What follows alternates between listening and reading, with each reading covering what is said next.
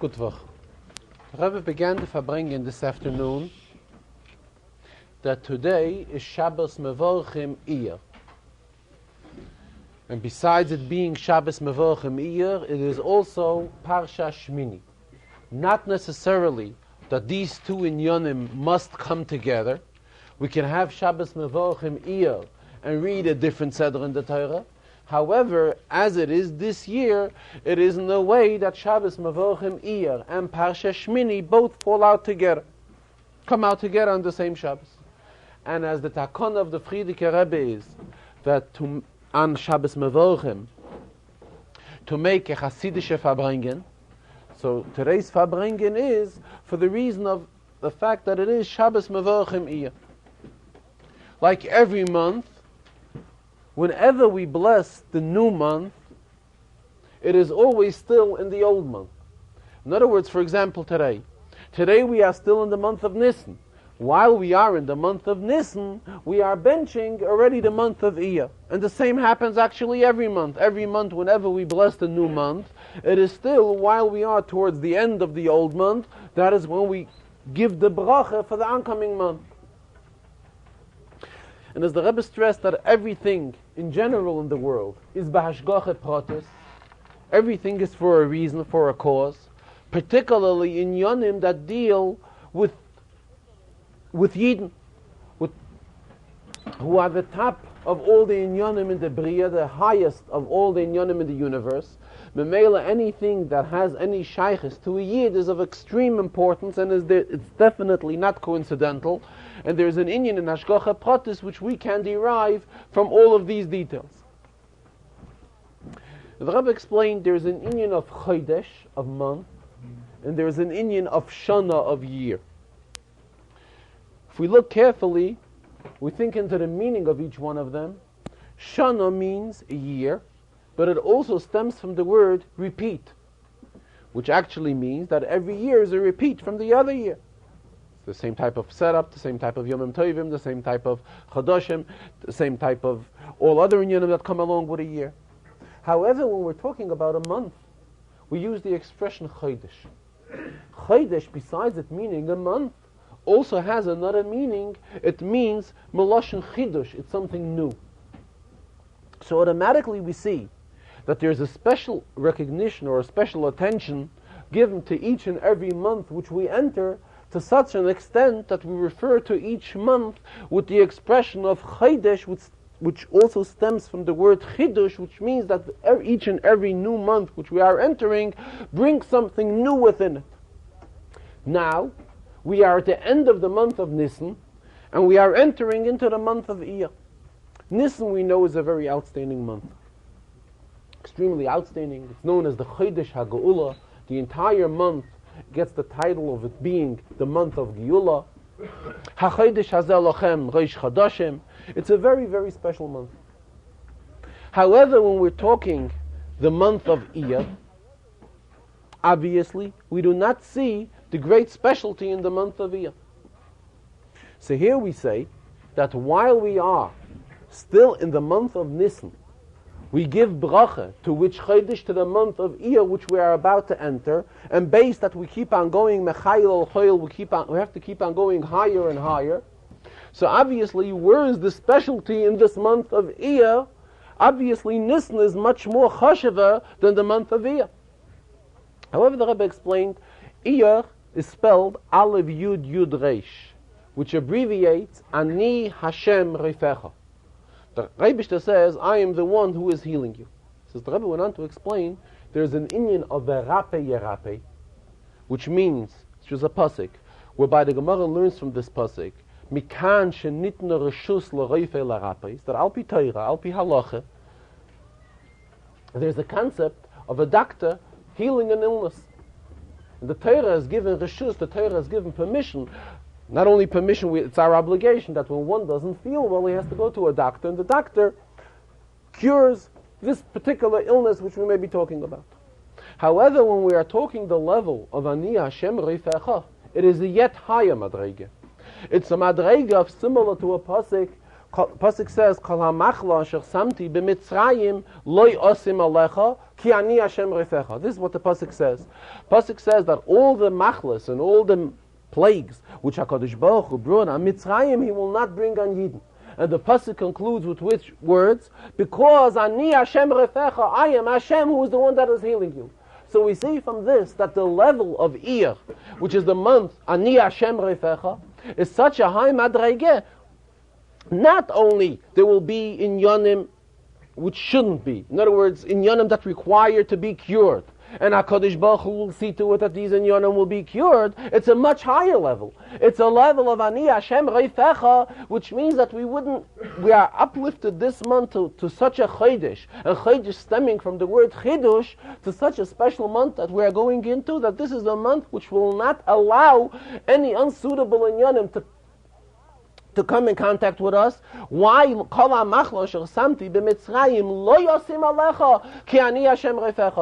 that this is the month of Ani Hashem Refecha, which this is what the month of Iyar abbreviates, and naturally this is what the month stands for.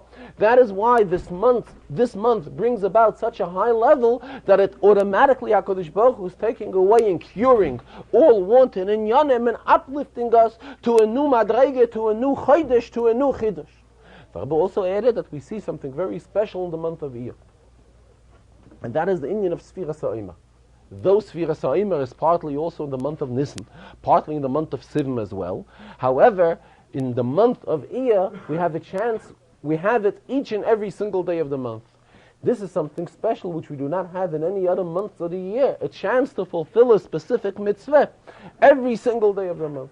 And that is the mitzvah of Sfiras HaOmer, which we have an opportunity to fulfill throughout each and every day of the month of Iyar. This has been the month of Iyar which we are entering. As mentioned, we also reading today in the Torah the parsha of Shemini. Vayhi bayom hashmini. So now we have to find a hirah, we have to find a lesson, what we can derive also from the fact that today we read parsha Shemini. As the Rebbe stressed, primarily whenever we are looking for hirayos, whenever we are looking for lessons in any type of inyan, it always has to be a lesson in hamaisa hu ha'ikar, an action as far as maisa, as far as act. What can we derive from the fact that today we read Parsha Shemini? So the Rebbe explained that there is, Shemini means Vayhi bayom hashmini, it was on the 8th day. There's also the expression Shemina, the number Shemina, number 8. What is the difference when we use the expression Shemini, the 8th, or Shemina, number 8 in itself? When we say the 8th, it always comes in a continuation to the previous days. In other words, there's a 1, 2, 3, 4, 5, 6, 7. Then you have the 8th. You could have something could be number 8, and for whatever reason, and the shaykhs to the previous numbers will not be as obvious. However, when we say the 8th, it means it's an open continuation. It's coming as a continuity of the previous number. Normally, we know that HaKadosh Baruch Hu has set up the week in a format of Shivas Yamim. There are Sheishes Yimei HaMaisa, 6 days of work. After the 6 days of work comes the Yom HaShabbos. So when we're looking, what type of cycle did HaKadosh Baruch Hu set up? A weekly calendar. It's set up in a cycle of 7 days. Here the pasuk tells us that there's an inyan of a Vayhi bayom hashmini. What's the pshat? So the Rebbe explains, this parsha of Shemini calls for a reminder and reminds us and calls us that it is the inyan of a Yid to uplift himself and go out of the boundaries of a weekly cycle. The inyan of Sheva stands for the inyan of Teva. This is how HaKadosh Baruch Hu set up the world, that there are seven days in a week. So when we use number 7, it does not show of any inyan of going outside of our limitations, of going outside of the boundaries of nature. However, when we use number Shemina, Rebbe always when he mentions this refers to a Rajba, one of the Rishonim who also interprets in this way the inyan of number Shemina. There's an inyan of Shivas Yemei HaHekef, 7 days. This is the expression of the Rashba. Then we come to the inyan of Shemini. Shemini is something which stands higher than the regular weekly cycle. So Memela, the inyan of Parsha Shemini is, what is the ha'irah that we take from this? That we have to lift ourselves up to such a standard, going outside of the boundaries of Teva, outside of the weekly cycle, and lifting ourselves upwards, higher from this madrega.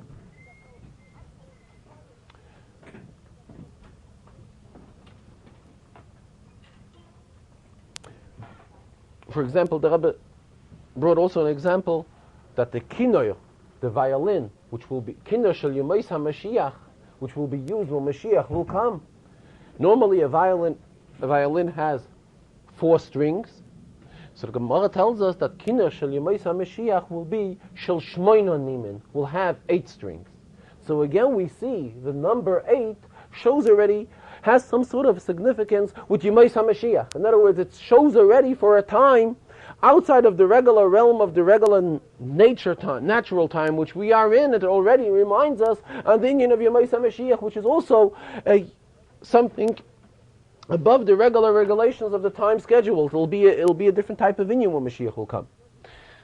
Talking on this inyan, while talking about the inyan of Shivas Yomim and so forth, the Rebbe referred to another inyan. And that is that the Rebbe said that Bechlal, in the old home in Europe, when the Yid was stopped in the middle of the week, the Yid who was laboring very hard and working very hard, and he was asked, why are you working so hard? What is your goal? What are you heading towards? So the response of an average Yid in Europe, in old Europe, would be that he's heading towards Shabbos. Why is he working so hard? He should be able to earn a living and be able to have for the expenses of a Shabbos. In today's America, the Rebbe says, it is completely different. It is unfortunate that we got ourselves involved into such type of inyanim where we are completely involved in worldly things far, far more than to provide our needs for a Shabbos. The Rebbe says one has a mind to be able to save a lot of money and earn a lot of money. Another one has a mind, he wants to have a home with a certain amount of rooms and have it furnished in a certain way and in a very elaborate way. Or others think about a very elaborate car which he should be able to reach. And these are things which Yid in the past never thought of and never had any intentions towards. The Rebbe referred to an expression from the Rebbe Rashab. The Rebbe Nishmaseiden, one of his big Hasidim, the Rebbe refers to this at many occasions, that the Rebbe Rashab had one of his big Hasidim who got involved in a business of kalashes, of rubbers. And this happened to be a very gifted chassid, a chassid who understood learning well and understood Chassidus well. And he once came to the Rebbe Nishmaseiden, to the Rebbe Rashab, and the Rebbe Rashab realized on him and saw on him how involved he is in his business. And the Rebbe Rashab was very hurt by it. So he expressed himself, I've already seen feet in kalashes. However, to see a head in kalashes, this is something very rare. In other words, he was referring to his head being involved to such a great extent in his rubber business, in his kalashes business. Same thing the Rebbe says, naturally we need rubbers. We need kalashes. Nobody says we don't need them. However, at the same time that our heads, our entire intellect, our entire mind should be totally involved in such type of a life, put ourselves into all these gashmi izdike and yonim. At the same time, the Rebbe referred to elaborate clothing as well. The Rebbe says there's a Gemara in Shabbos. The Gemara there is talking if a fire breaks out on Shabbos, the question is, what are we permitted to rescue on the Shabbos? And the Gemara there discusses that 18 garments is the most a person could wear at one time. So the Rebbe says we get involved into thinking about elaborate clothing, but at the same time we have to realize that the Gemara says all a person could wear at one time is 18 garments, 18 and not 19 and not 20. And therefore, Rebbe referred very strongly, our goal should not be at such type of materialistic inyanim. The goal of a Yid in the old home was he should be able to earn a living and be able to make Shabbos. However, to get involved in such type of elaborate inyanim, fixing up large homes with large numbers of rooms and elaborately furnishing them and so forth, this is something which Yidden in the past never were really involved in. This is like the expression of the Rebbe Nishmaseiden, one will take his head and put his head into rubbers, put his head into kalashes. Later in the Farbrengen, before the Rebbe began to learn a Rashi in this week's Chazarah, and learn an inyan in the Zohar and a Pirkei Avos, and refer to several other inyanim. The Rebbe has a little brief introduction, referred to a maimah of one of the Rabbeim. The Rebbe says there's a maimah of one of the Rabbeim where the inyan of Golus is discussed. And in that maimah, the Rebbe says that when Yidden know that Golus will have an end, the mere fact that we know that the time will come when there'll be an end to this Golus, this makes the Golus easier for us even now when we are still in the midst of the heavy Golus. Same the Rebbe says, there's an inyan of Shina b'Shabbos Tainuk. Sleeping on Shabbos is a pleasure. It's an inyan of a mitzvah, the Rebbe used the expression. So therefore, it is different when one sleeps and he knows all he'll be able to chapara, and it'll be a very brief type of a sleep, very small sleep. However, when one knows that he'll be able to get a very long sleep, initially his falling asleep is a different one. Mele the Rebbe says he has many inyanim to discuss. He has to discuss a Rashi, he has to discuss an inyan in the Zohar, an inyan in the Pirkei Avos, and some inyan in B'Shaychus that still have a continuation to the recent Farbrengens. Memele, for those that are interested in getting a nap in the middle of the Farbrengen, they could know right away that it's going to be a very long nap. And towards the end of the Farbrengen, probably the neighbor who sits next to them will give them a little push and wake them up that the time has come, that the Farbrengen is over and it's time to daven mincha. The Rebbe in today's Farbrengen spoke again very, very concerned about the inyan which the Rebbe spoke Achin Shel Pesach at length, and the first time the Rebbe spoke about it at length was last Friday when the Rebbe spoke to the children.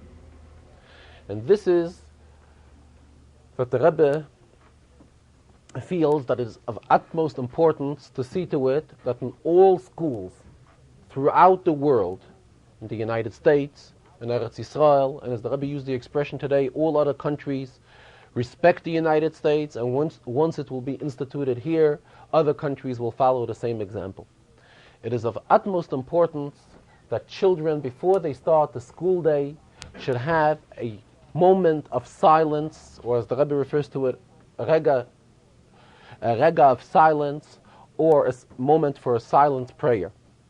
And that is that the child should be given to realize that there is an ayin royeh v'oizen shamas, there's an observing eye, which is the Rabbeinu Shalom, who is constantly observing all what we're doing. And as the Rebbe explained, when children will be brought up with such type of an education, talking about goyim as well, this will definitely lead to it that their entire lives, once they grow up as adults, will be a complete different one. A child who has a feeling that there's a Rabbeinu Shalom, there's one who has created the world, and one who constantly observes and sees what a person is doing, will not steal, will not kill, will not do many other things, as if the child is lacking this type of an education.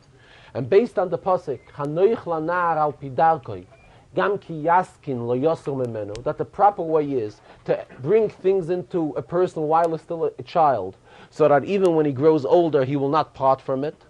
This is the best approach towards it, that when children begin every day in school, school day should begin with this type of an introduction. And as the Rebbe discussed last Friday, in Achin Shel Pesach, in no way is this contradictory to the Constitution of the United States. And even if it would be, it definitely could be amended in such a way that it will not be contradictory to the Constitution. And therefore the Rebbe suggested last Friday when he spoke to the children and urged and begged that a campaign be set up, that children from all over the country should send petitions to the President of the United States, who himself is also in favor of this daily silent prayer, and also to the representatives in Congress and in Senate, to see to it that this legislation should be brought into action, that in all schools throughout the country, the school day shall begin with a moment of silence, whereby this should be dedicated towards a silent prayer to the Rabbeinu Shalom, who is the one who has created the Boirei Shamayim Va'aretz.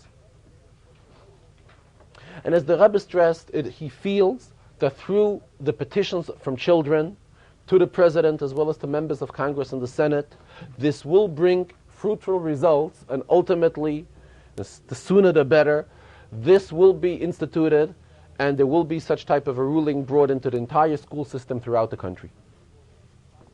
In today's Farbrengen, the Rebbe raised several questions which obviously were already brought to the Rebbe's attention since the Rebbe spoke about it, and the Rebbe responded to these questions this afternoon. Firstly, the question arises, where does it say that we have a responsibility to care for Goyim? Especially based on the pasuk Hoicheach toichiach es amisecha, which means it is our obligation to criticize our fellow Jew, which means when we see a Jew doing something wrong, we are obligated to criticize him. Who says, or where does it say, that it is our obligation to see to it that Goyim should have a moment of silence for a silent prayer on a daily basis in the school system of the United States? So the Rebbe says we do not have to go far. It is all open in the Rambam.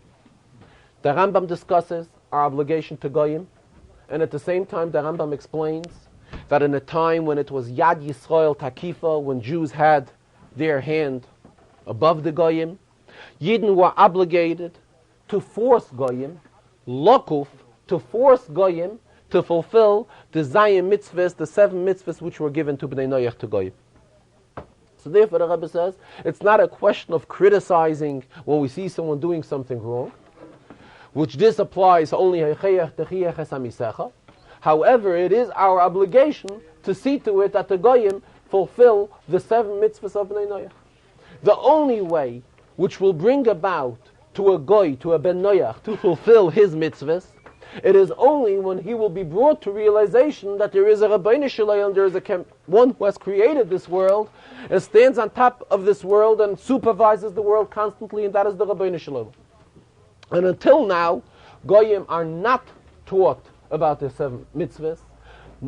Very, very few of them are taught about it, and therefore the Rebbe feels this is a key way how we can introduce the whole concept of the Zayim mitzvahs b'nei Noach, bring it to the entire Goyish world. Another question which was raised, how are we guaranteed that when the moment of silence will be utilized in any given school throughout the country, that this will be with the intention to the Rabbeinu Shalom? Maybe the child will be instructed, or perhaps the teacher in the class, the particular teacher in the class, when the child may ask some sort of a question, he will raise responses and conversations which may lead not to the Rabbeinu Shalom, but chas v'shalom to Christianity or to the belief of Muslim. So the Rebbe responded, first of all, the belief of the Arabs, of the Yishmaelim, the Muslim belief, is not al pitoira, as the Rambam explains, another Sifrei Achkira, is not a belief of Avodah Zarah. That's first thing. Secondly, even Christianity, Notzchus, which already comes into a shaila of Avodah Zarah. So the Rebbe quoted a halacha in Shulchan Aruch. There is a halacha in the Ramah that when a Yid and a Goy make some sort of a business agreement together.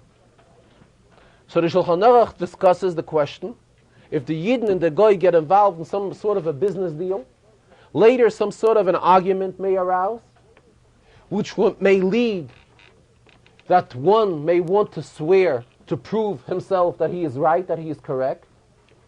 And we know there's an inyan in the Torah, Shem Elokim Acherem Lo Yishama Al Picha. We are not allowed to cause the mention of Elokim Acherem, of Avodah Zarah.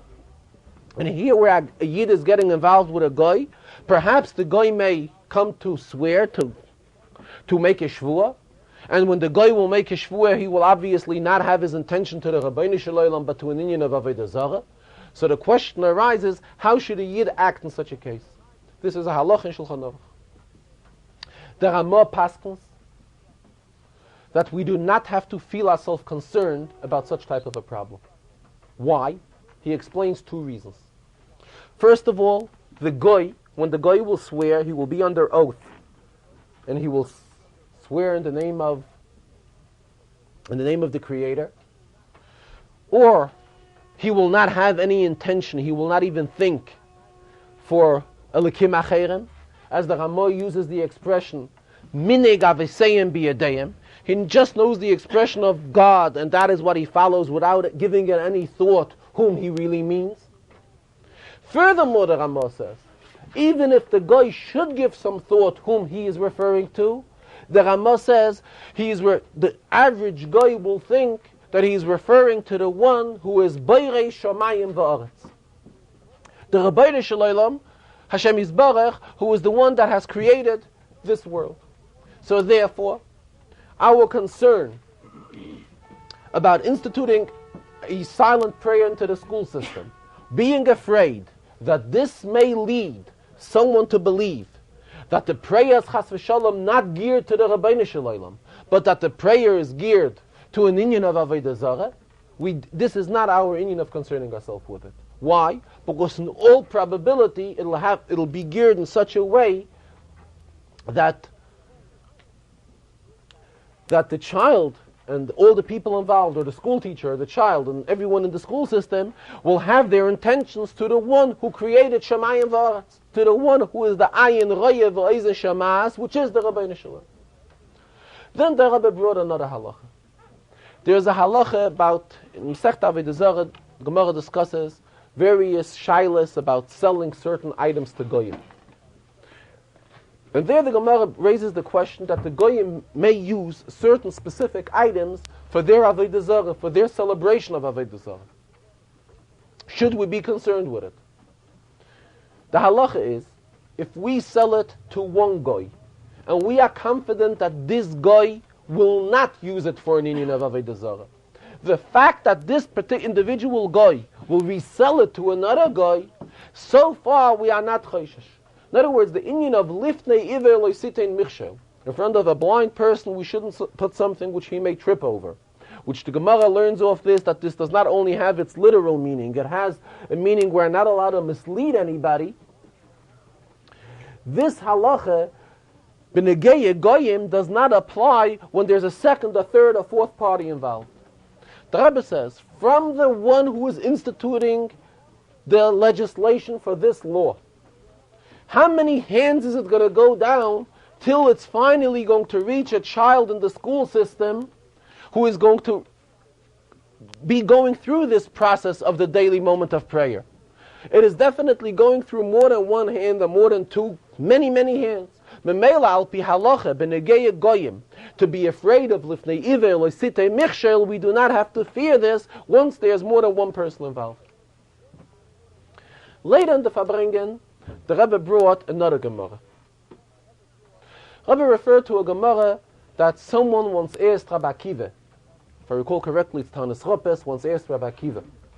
Being that there are people that believe in the sun and in the moon, in other words, they look at the sun and the moon as an inyan of Avodah Zarah, if so, why did HaKadosh Baruch Hu, to begin with, create the sun and the moon? He would have done better if he wouldn't have created it, and therefore he wouldn't mislead people. And those individuals, those groups of people or individuals of people who have false beliefs and believe in the sun and in the moon as a power, as a power of godliness, which is an inyan of Avodah Zarah. So Rabbi Akiva responded to this question, V'chi mipnei hashoitem halalu, ya'abei de'seilamai. Is it because of these shoitem, these fools, that HaKadosh Baruch Hu should destroy his world? The sun and the moon are so precious to the world. It is something of extreme preciousness, something which contributes very, very much to the existence of the world. So if so, just because there are some shoitim, as the Rebbe said, shaitim here mustn't necessarily mean fools. Shaitim here means, as the Gemara uses the expression, people who do not go on the regular derech. As Chassidus explains, the inyan of shaitim stems from the word kisiste ishtoi. In other words, one goes off the path. For one who will go off the proper path and will go into a false belief, because of these individuals, should HaKadosh Baruch Hu destroy his world? Ya'abed eseilamai. The same the Rebbe says, we do not have to be concerned with the fact that perhaps somewhere in a classroom there may be a teacher who will interpret this prayer that it is not meant to HaKadosh Baruch Hu, who is the Boirei Shemayim V'Aretz, but will interpret the prayer that the prayer is meant Chas v'Shalom for an inyan, for Avodah Zarah, is it that because of such a small minority of people, should we destroy the entire world? The Rebbe brought an example. The Rebbe says it's very unfortunate, but there are terrorists who hijack airplanes. So there are two ways to fight it. One way is to close all the airlines, and people will stop flying, and nobody will fly anywhere. If nobody will fly anywhere, definitely there wouldn't be terrorists that would hijack the planes. However, there's another way. And this is the proper way. The proper way is to look after means of security, to see to it that one who's a terrorist should not be able to board a plane and therefore not be able to put people in danger. But are there any smart businessmen, the Rebbe says, people who travel for business and do extensive traveling, that just because there are terrorists that once in a very, very rare situation do hijack a plane, do people for this reason hold themselves back from their ongoing daily routine and daily traveling and daily business? Definitely not. The same the Rebbe says has been against this tefillah.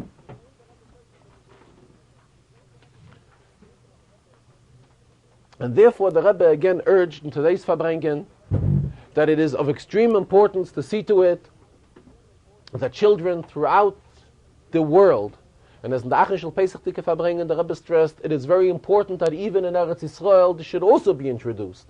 Because unfortunately there are many children in Eretz Yisrael who do not know of the existence of the Moida Ani Lefanecha, which has to be recited daily, the constant thanks to the Rabbeinu Shalom. The Rebbe in today's Farbrengen raised another issue. He says, we hope and pray that we should never have to go through tzaras again. However, in the last World War, we saw that it was those goyim who had some sort of a feeling of religion within them, those goyim who adhered to the Sheva Mitzvahs B'nai Noach, they were the ones that really showed an extensive amount of friendship and going out of their way to rescue the lives of Yidden, of Yiddish people and Yiddish kinder. And even today, those goyim who are adherent to Sheva Mitzvahs B'nai Noach, these are goyim who are, it's much easier to deal with them in any type of dealings which one may have to confront with a guy, or even if an inyan of parnasa or an inyan of mischa, any type of confrontation we may ever have to come in and have with goyim, we always notice, the Rebbe says, that it is those goyim who adhere to the Sheva Mitzvahs B'nai Noach and know and believe in the existence of the Rabbeinu Shalom, they are completely different people.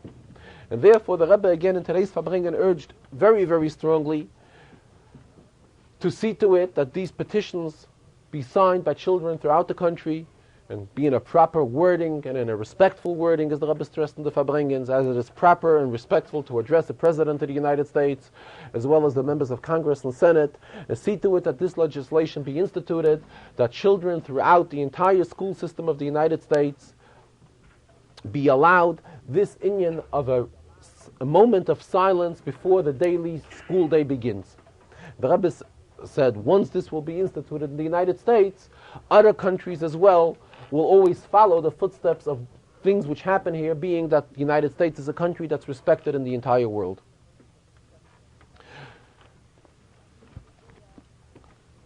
The Negeya, the Rashi in this week's Sedra, which the Rebbe learned, it is at the end of the Sedra, at the end of Parsha Shemini. In other words, it is after Shvi, so it is in the Chelik of Chumash, which according to the division of Chitas, it has a shaykhs to today's day, because on Shabbos we learn from Shvi till the end of the Sedra. Bichlal, the latter part of Parsha Shemini, the inyan of kashrus is discussed. Which behemoths we are not allowed to eat, which chayis we are not allowed to eat, oifos, so forth, dogim. Now the Torah here comes to discuss the inyan of shkotzim and remosim, which means worms. And much attention is given here in these couple of psukim, where the Torah repeats how we should not get ourselves involved in eating worms, in eating little insects. And Rashi quotes a Gemara, in Kapitel Yud Aleph, Pasuk Mem Hey, which is the first Pasuk of Mafta, Rashi quotes a Gemara. The Pasuk says, Ki ani Hashem ha'ma'ala eschem eretz Mitzrayim. The Rebbe says, I am the one that has taken you out of Mitzrayim, but the expression here is not as usual. Taken you out of Mitzrayim, raised you, taken you out of Mitzrayim, raised you out of Mitzrayim. The Pasuk doesn't say, Hitzeisi eschem eretz Mitzrayim. The Pasuk uses the expression, ha'ma'ala eschem eretz Mitzrayim. So Rashi says, why? Al menash shetekablu mitzvaysai heleisi eschem. Because that you shall accept my mitzvahs, that is why I have lifted you out of amongst Mitzrayim and taken you out. Davaracha, in parentheses, Rashi says, Ki ani Hashem amala eschem, b'kulon ksiv, v'hitzeisi. All over the pasuk uses the expression, I have taken you out of Mitzrayim. V'kan ksiv hamala. Here the pasuk uses the expression, hamala, I have raised you out of Mitzrayim. Tana devei Rabbi Shmuel. The disciples of Rabbi Shmuel have learned as follows. Ilmalei leheleisi es Yisrael mi Mitzrayim. Ela b'shvil she'im etamim b'shrotzim kishar umois dayo. Even Kadosh Baruch Hu says that the only reason I have taken the Yidden out of Mitzrayim, because Yidden are different from all the Goyim, by the fact that they don't get themselves involved in eating these worms and these creatures as all other nations do. For this themselves, they are worth it for me to take them out of Mitzrayim. That is what the Rebbe says. Actually, the Rebbe says we know that the whole union of Rashi is Pshuta Shel Mikra, as Rashi himself stresses, Ani lo basi lafarish elo Pshuta Shel Mikra, which means anything which is not fit into the realm of Pshat does not belong in Rashi. On the other hand, any union which is needed to understand the proper Pshat of the pasuk, Rashi must comment this commentary to give us proper Pshuta Shel Mikra, to be able to pass through the pasuk and understand it properly in accordance to Pshat. Actually, this inyan, what Rashi says, is a Gemara in Bava Metzia. In the Gemara there raises another question. The Gemara raises a question that Yidden excel from Goyim in other things as well. By wearing tzitzis, the Gemara mentions other things. And the Gemara responds to that. That Rashi doesn't quote. So we see that Rashi is not just out here to quote Gemaras and give complete interpretations on an inyan. Rashi gives whatever is negeya to the pshat, to the pshuta shel mikra. What is Rashi telling us? Rashi wants to show that the Yid is different from a goy. By what? By the fact that he's not eating the worms and the insects that a goy eats. Says the child who's learning Chumash knows very, very well how different a Yid is from a goy. Immediately, from the early moments of the day when a Yid rises and expresses his Maida Ani, which a goy doesn't, there are automatically constant differences between a Yid and a goy. And the child who's learning Chumash is well aware of it. Why does Rashi here have to stress to the child who's B'Chumash L'Mikra? He's stressing to him that the Yidden are different than goyim, that even if merely only for this fact, that the Yidden are not kishar umais. Shar umais, other nations, are involved in eating insects and eating these worms, and Yidden don't. Yidden deserve for this in itself to be taken out of Mitzrayim. It's something which requires a strong interpretation.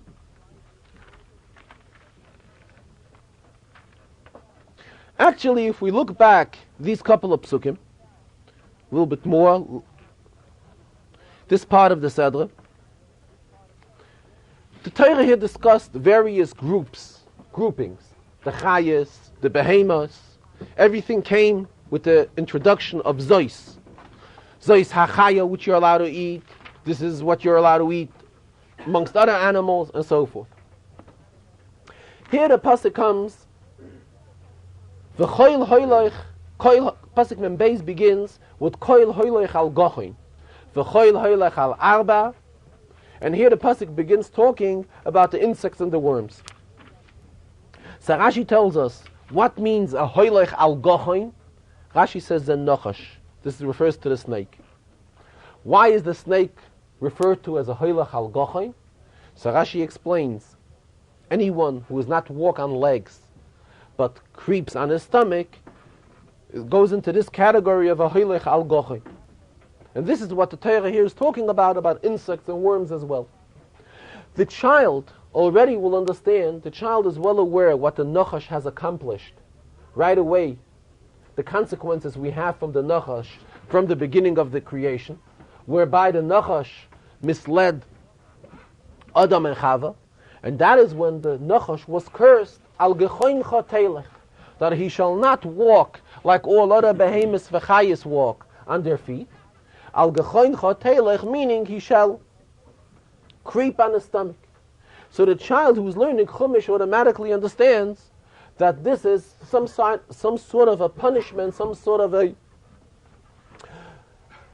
not bekovedik. In other words, the child already understands that when we look at those behemoths v'chayis that are capable of walking on their legs, as opposed to those who cannot, those insects who are creeping on the floor, it is definitely understood that the behemoth v'chayis that walks on its legs is much more bekovedik than one who's creeping on, who is a hoylech al goche.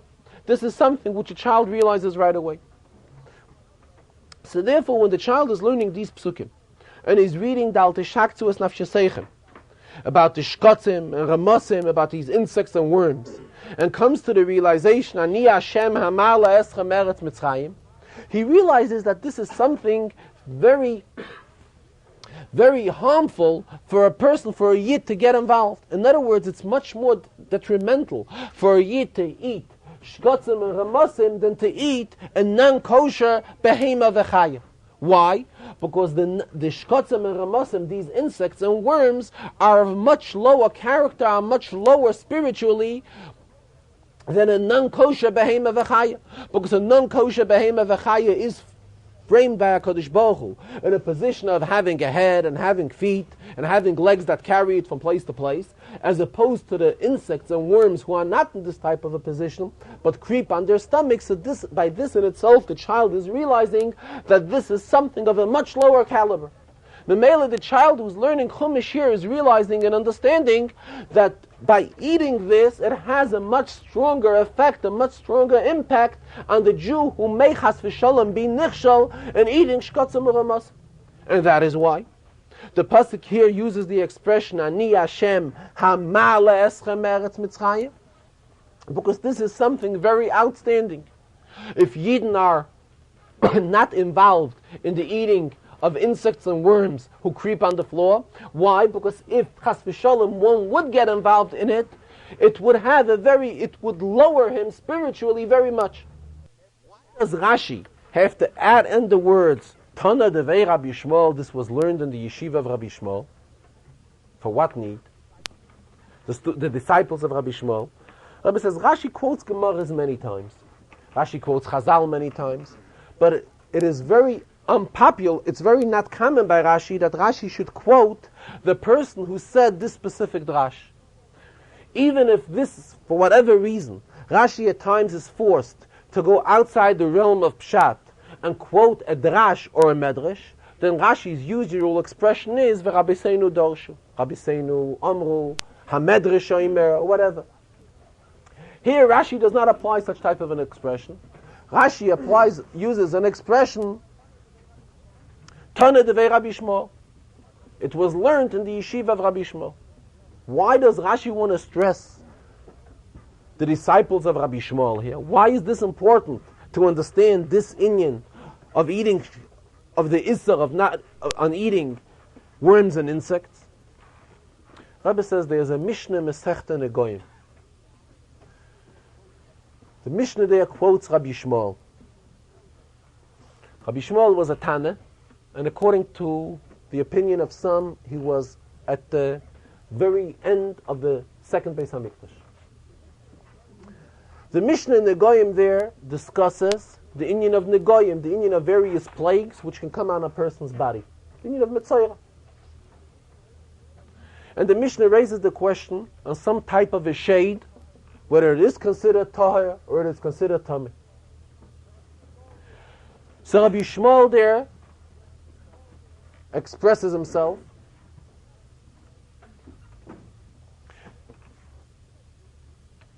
Question slipped my mind. If there's a Mishnayis Taharis Negoyim, Somebody could please pass it over, I would appreciate it. B'nei Yisrael, ani kaparasa. This is how he expresses himself. He would want to be the kapara for all of Yidden. In other words, it's a very strong expression of love where he expresses towards every Yid.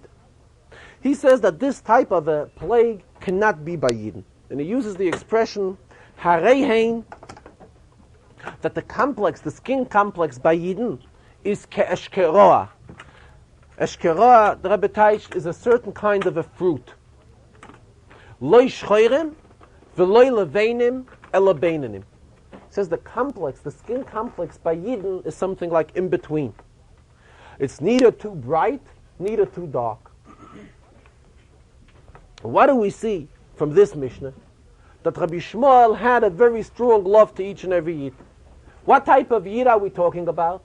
We're talking about a Yid who may be plagued with Negoyim. Now let us remember what Rashi tells us in Chumash. Who is the individual that may be plagued with Negoyim on his body, Chas v'Shalom? It is one that HaKadosh Baruch Hu has punished him many different ways already. He has punished him and brought a nega, punished him in his belongings, brought punishment into his surroundings, brought punishment all around him, and all of this did not affect him until his physical body became plagued. So we're talking about a person who's naturally not living up to the proper standards of what a Yid is supposed to live up to. Even we're talking about such a Yid, Rabbi Shmuel says, B'nei Yisrael, ani kaparoson, I am a kapara for each and every Yid, Rabbi Shmuel says. What type of a Yid? Even a Yid whom we are discussing, perhaps he may be plagued with Negoy.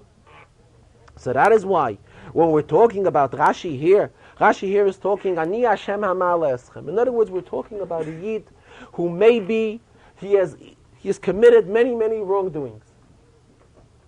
He has ate non-kosher food, non-kosher chaya, non-kosher behemah, non-kosher dogim. However, as long as he has not eaten shkotzim v'ramasim, as long as he has not got his body impure by eating the treifa, worms and insects, Rabbi Shmuel says HaKadosh Baruch Hu is still proud of this Yid. So that is why it is not just merely that Rashi quotes here Rabbi Shmuel because Rabbi Shmuel says this Gemara in Masechta Bava Metzia. This is a Gemara in Bava Metzia, what Rashi says. True, it's a Gemara in Bava Metzia, but Rashi could have quoted it without mentioning Rabbi Shmuel. But Rashi is quoting it dafka with the reason of Rabbi Shmuel, because in this inyan it is important to understand the greatness of Rabbi Shmuel's love, of Rabbi Shmuel stressing the greatness of each and every Yid. This is Rabbi Shmuel. What means Toneh Devei Rabbi Shmuel? Toneh Devei Rabbi Shmuel means it was learned by the disciples of Rabbi Shmuel. That it was not Rabbi Shmuel himself, but the people in his yeshiva. We find the Gemara in Brachas. Here the Rebbe expressed himself, used the expression that this is probably the first, or one of the first, times in Shas, because it's in Brachas, it's the beginning of the Shas, where Toneh Devei Rabbi Shmuel, the disciples of Rabbi Shmuel, are quoted. The Gemara says, Pasuk in Shmois, that HaKadosh Baruch Hu, when the Yidden made the Egel, Moshe was begging for forgiveness. So HaKadosh Baruch Hu said, Vayomer Hashem, salachti kidvarecha. I have forgiven the Yidden as you asked. What's the pshat kidvarecha? Toneh Devei Rabbi Shmuel. The disciples of Rabbi Shmuel, the Gemara tells us in Masechta Brachas, have said that Moshe Rabbeinu was telling the Rabbeinu Shalom, what are the Goyim going to say? How are the Goyim going to look at it? You've taken them out of Mitzrayim. The Yidden held through being Golus Mitzrayim. They held out as a nation. Now you took them out of Mitzrayim. What are you doing in Mitzrayim? You took them out of Mitzrayim into the Midbar. What are you going to do in the Midbar? You're going to destroy them? Chas v'shalom. How could you? What is it going to look like for the Goyim? It's going to be very not befitting for you, Rabbeinu Shalom.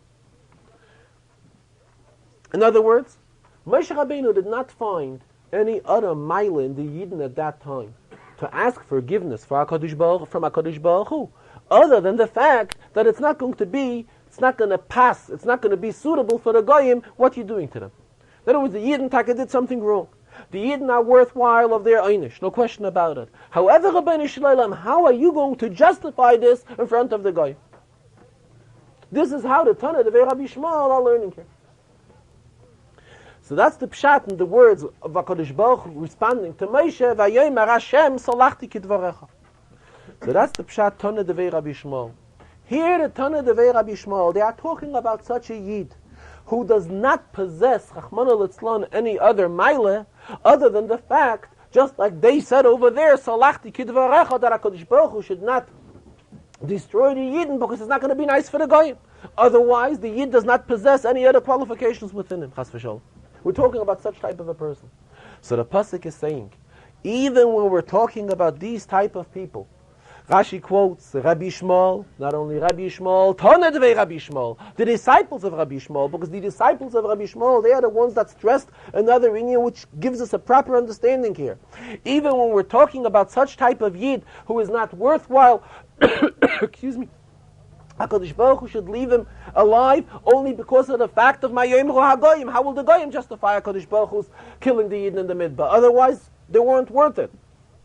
Pasuk here is saying, Ani Hashem Amar La'eschem Eretz Mitzrayim, that even those Yidden, that the Tana Devei Rabbi Shmuel referred to them in Brachas as not being worthwhile of their self-existence, only because of Mayomru HaGoyim.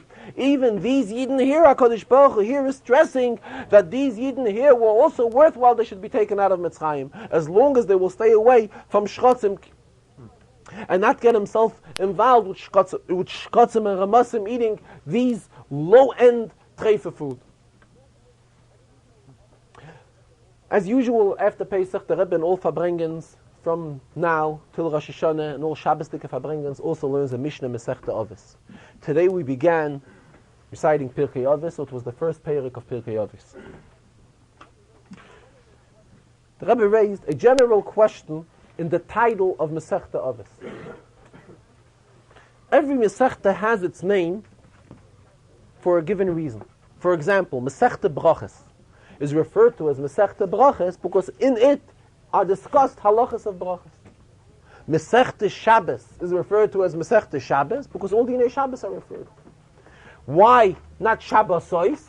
Because it is the same halachas of Shabbos that are repeated in every Shabbos. Psachim, plural, not the pshat because of many Pesachs.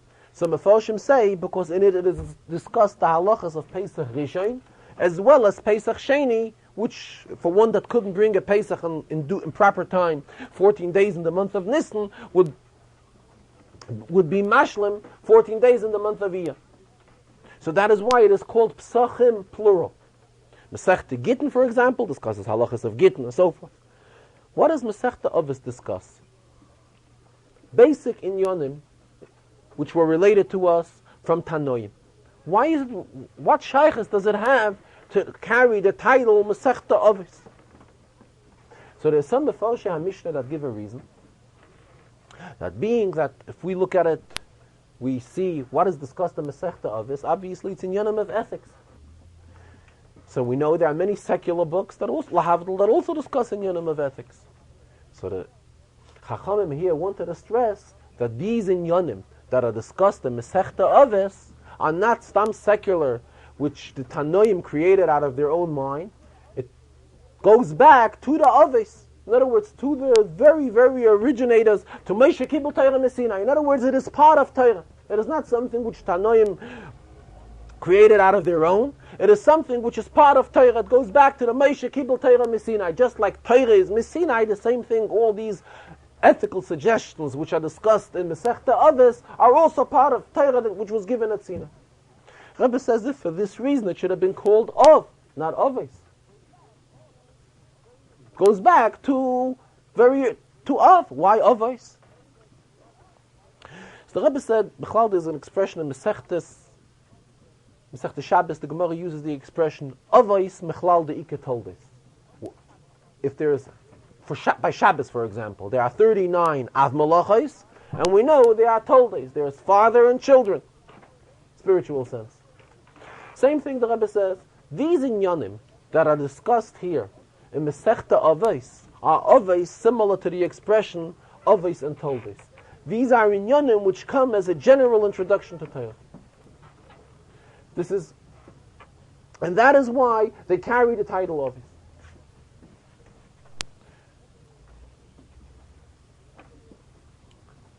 And the Rebbe here brought a Maimah from the Rebbe Maharash. The Rebbe Maharash, in a Maimah which is a Siyam HaMishnayos, explains that Mishnayos, all of Seder, the Shisha Sidra Mishnah, begins with a Mem, Me'emes HaKoyer and Shema Be'arves, and the last letter of Mishnayos is also a Mem. I think it's Basholim, which is a Mem. Why letter Mem? Because Mem is symbolic to the 40 days which Moshe was Bahar Sinai to receive Torah. And this stresses how Mishnah is part of Torah, is Torah.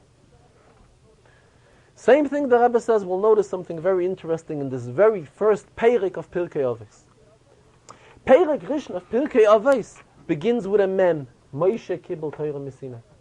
What is the last letter of Pirkei Avos from the first Perek? Emes v'shalom shiftu b'sha'areichem, again a Mem. Why?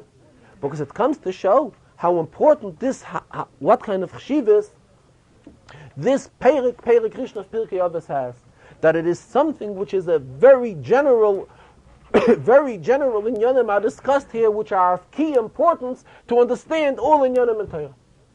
Only question the Rebbe asked, based on this interpretation, Masechta Avos should have been the very first Masechta of Mishnayos.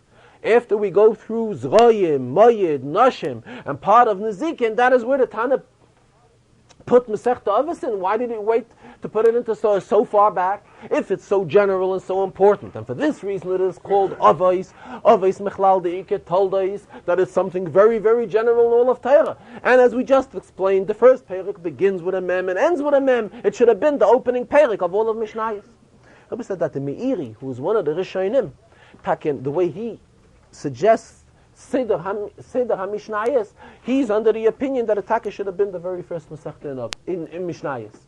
However, this is only the Meiri. It seems like other Rishonim did not accept this interpretation. The Rebbe did not answer another reason why Take Avos was put so far in Shas.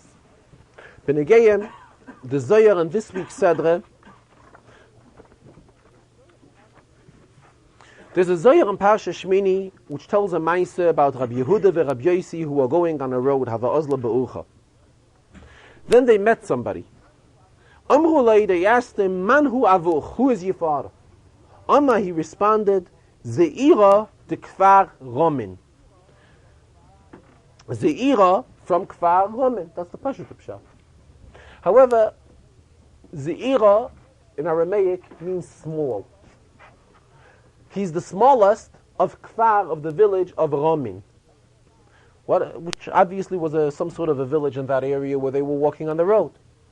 However, the Rebbe explained, and as his father explains in the commentaries here, Romin also has the word Rom, Roimemus, elevation in it. In other words, the Rebbe says, here we're talking about two contradictory subjects. On one hand, Ze'ira, one is very small, very little, and on the other hand, we're talking about Ze'ira. Where was Ze'ira from? He was from Kfar Romin. He was from the village of elevation. What's the pshat? Rabbi says that this has a shaykhis to the inyanim which he explained, which were written and explained at length in the two letters which the Rebbe wrote before Pesach. One dated Rosh Chodesh Nisan and one dated Yud Aleph Nisan. That by a Yid, it is demanded, both inyanim are in demand. On one hand, modesty is very important. Ze'ira. A Yid is supposed to hold himself very low, very small. It's the whole inyan of Anova. Ze'ira. He's small. He belittles him. He holds himself very little, very modest. On the other hand, for a Yid to be able to fulfill his shlichus in this world, even in a kfar, even in a village, kfar romin, in other words, in an area which is Ir, a city, reflects the idea Ir alekenu. However, kfar is an area where godliness is very, very much hidden, very much not seen. However, when can a Yid succeed in fulfilling his neshama shlichus? That is when a Yid is rom, when a Yid holds himself very firm and very strong with his inyanim and Yiddishkeit at the same time. In other words, on one way we may look at it that there are two contradictory subjects. On one side, we demand from a Yid that he has to hold himself very, very modest. On the other hand, we tell a Yid, modest, true. At the same time, however, he has to be extremely firm and extremely stubborn in the proper way, naturally not in the not proper way. Benegeya any inyanim of Torah mitzvahs, not to let himself be affected by the environment or by the environment of within him or his surrounding him and so forth. He has to be in a position of reimamus. So that is the pshat, Ze'ira, the Kfar Ramin, both in Yanim have to be united in a Yid. On one hand, he has to be Ze'ira, he has to be very small, very modest. Excuse me. And on the other hand, the Yid has to reflect within himself the concept of Ram, of his Reimamus, of being proud of simply meaning pride of his Yiddishkeit. I don't want to get off the subject, but it's Motzei Shabbos. It's a proper time to tell a Ma'aseh. The Rebbe in a recent Farbrengen, a few weeks ago, referred to it that there was a chassid by the Alter Rebbe, and his name was Reb Mordche. And this chassid was a very wealthy chassid, and chassid with very many connections in high echelons of that time, Russian government, and had confrontations with many ministers and many high-class people of those days. And this Reb Mordche used to use as a measure to hold himself back and he should be able to act properly as a chassid from the Alter Rebbe. His calculation used to be a gaiva dike calculation. What's the pshat of gaiva? Gaiva is very, very much unwanted and very much uncalled for. However, he used to make a thinking to himself, I'm a chassid from the Alter Rebbe. And the Alter Rebbe knows me, and I go to the Alter Rebbe, and I travel to the Alter Rebbe for Yontif. It's very unbefitting for me to get involved and do something wrong, or to do this particular thing wrong, or to do another particular thing wrong. So here we see that, on the contrary, with a feeling of Yisroimamus, with a feeling of holding himself high in the proper way, in other words, himself being proud of being the Alter Rebbe's a chassid. The pride of being an Alter Rebbe's a chassid, this is what kept him elevated from getting involved in improper inyanim. Memela, at the same time, this is what the Zohar here stresses. There's an inyan of Ze'ira, the Kfar Ramin. On one hand, the Yid is supposed to be very Zohir, very little, very modest in his eyes. However, at the same time, a Yid is told that he's demanded to have Roimimis within himself, proper pride of him being a Yid or of him being a chassid, and this will be able to keep him in proper level, not to get involved in inyanim that he's not supposed to get involved in.